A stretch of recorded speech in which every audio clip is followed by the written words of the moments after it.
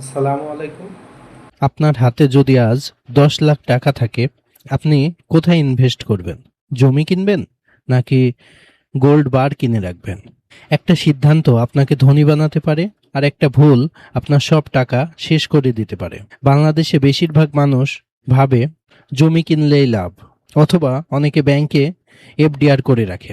কিন্তু বাস্তবতা সম্পূর্ণ আলাদা। সব জমিতে লাভ দেয় না, আর সব সোনা আপনাকে ধনী বানায় না। মুদ্রাস্ফীতি ধীরে ধীরে আপনার টাকার মূল্য কমায়। তাই স্মার্ট মানুষ কাগজের টাকা ধরে রাখে না, তারা রিয়েল অ্যাসেটে যায়। কিন্তু প্রশ্ন হলো, কোনটা ভালো, রিয়েল অ্যাসেট, জমি নাকি সোনা? প্রথমে আসি জমিতে।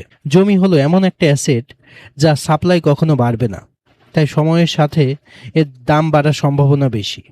আপনি চাইলে এখান থেকে ভাড়া, প্রজেক্ট বা বিজনেস সবই করতে পারেন। কিন্তু সমস্যা কোথায় জানেন?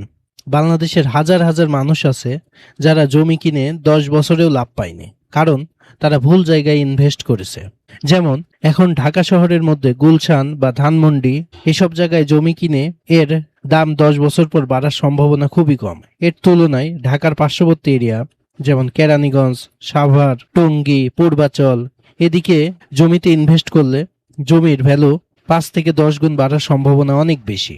আরেকটি বড় ঝুঁকি, জমি কেনার সময় আইনি জটিলতা থাকে, জাল দলিল, এগুলোর কারণে অনেকে জমি কিনতে ভয় পান। কিন্তু আসলে আপনার যেখানে রিটার্ন বেশি, সেখানে একটু রিস্কও নিতে হবে বেশি। আপনি একজন আইনজীবীর পরামর্শে জমির কাগজগুলা কেনার আগে অবশ্যই ভেরিফিকেশন করে নিলে আপনি অনেকটাই সেফ থাকবেন।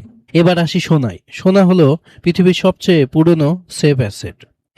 যখন অর্থনীতি খারাপ হয়, তখন কারেন্সি ভ্যালু কমে যায়, তখন মানুষ সোনায় যায়, আর সোনা তার ভ্যালু ধরে রাখে। কিন্তু সোনা আপনাকে ধনী বানাবে না, সোনা শুধু আপনার টাকা বাঁচিয়ে রাখবে। এটা ইনকাম জেনারেট করে না, শুধু সিকিউরিটি দেয়। সবচেয়ে বড় ভুলটা কি জানেন? সব টাকা এক জায়গায় বিনিয়োগ করা, অর্থাৎ সবগুলো ডিম একই ঝুড়িতে রাখা। এর ফলে কোনোভাবে ঝুড়িটি পড়ে গেলে সমস্ত ডিম নষ্ট হয়ে যাবে। অনেকে সব টাকা জমিতে দেয়, আবার কেউ সব টাকা সোনায় রাখে। এই ক্ষেত্রে আমরা 80-20 রুলস ফলো করতে পারি। অর্থাৎ আপনার যদি 10 লাখ টাকা থাকে, 50% জমিতে, 30% সোনাতে, বাকি 20% আপনি ক্যাশ টাকাতে রাখতে পারেন। অথবা আপনি 80%, অর্থাৎ 8 লক্ষ টাকা জমিতে, বাকি 2 লক্ষ টাকার গোল্ড বার কিনে রাখতে পারেন।